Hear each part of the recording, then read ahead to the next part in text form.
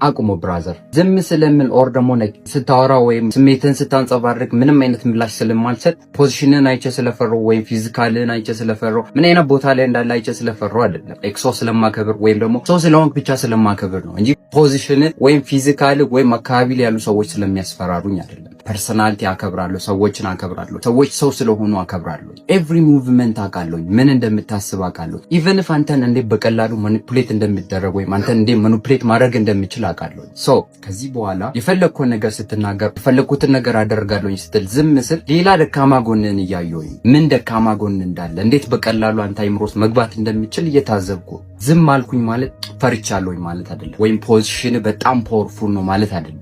እድል እየሰጠው ነው። ያንን መረዳት መቻል አለ።